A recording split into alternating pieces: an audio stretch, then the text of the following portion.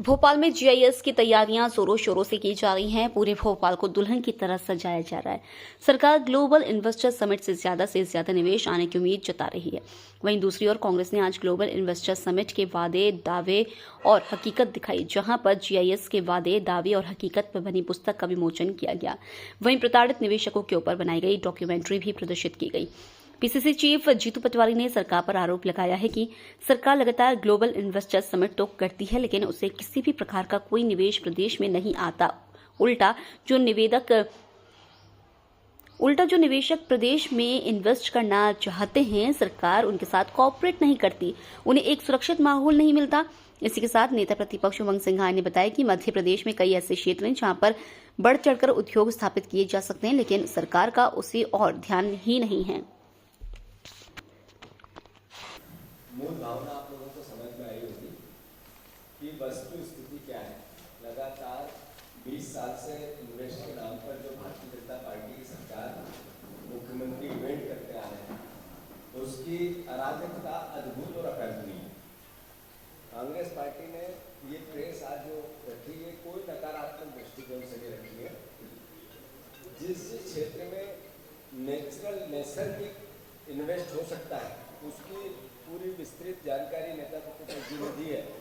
वो चाहे टूरिज्म का क्षेत्र हो, चाहे वन का क्षेत्र हो, चाहे अलग अलग और भी विधाएं हैं, चंगे की साड़ी से लेके क्लॉथ का क्षेत्र हो, तो सरकार को उस और आधारभूत सुविधाओं को लेकर भी चिंता जाहिर की। बुनियादी ढांचा, नीतिगत सुधार, ये सरकार को ध्यान देना चाहिए।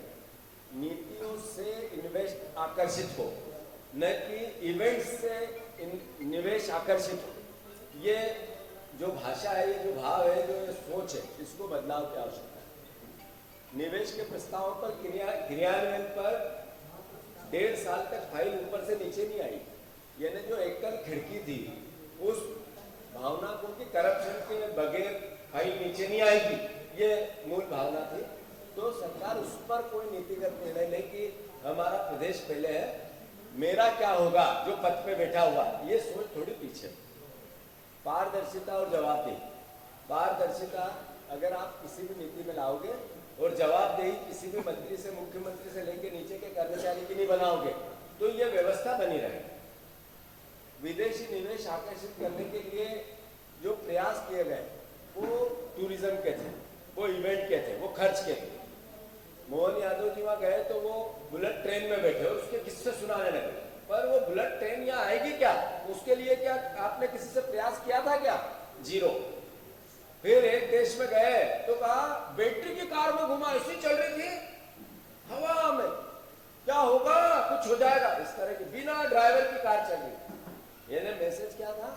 उनको कार में घूमना था, पर वो कार मध्य प्रदेश में कैसे दौड़े, इस पे सोचना नहीं था।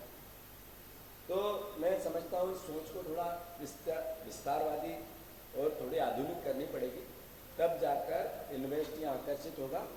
जैसा मैंने कहा।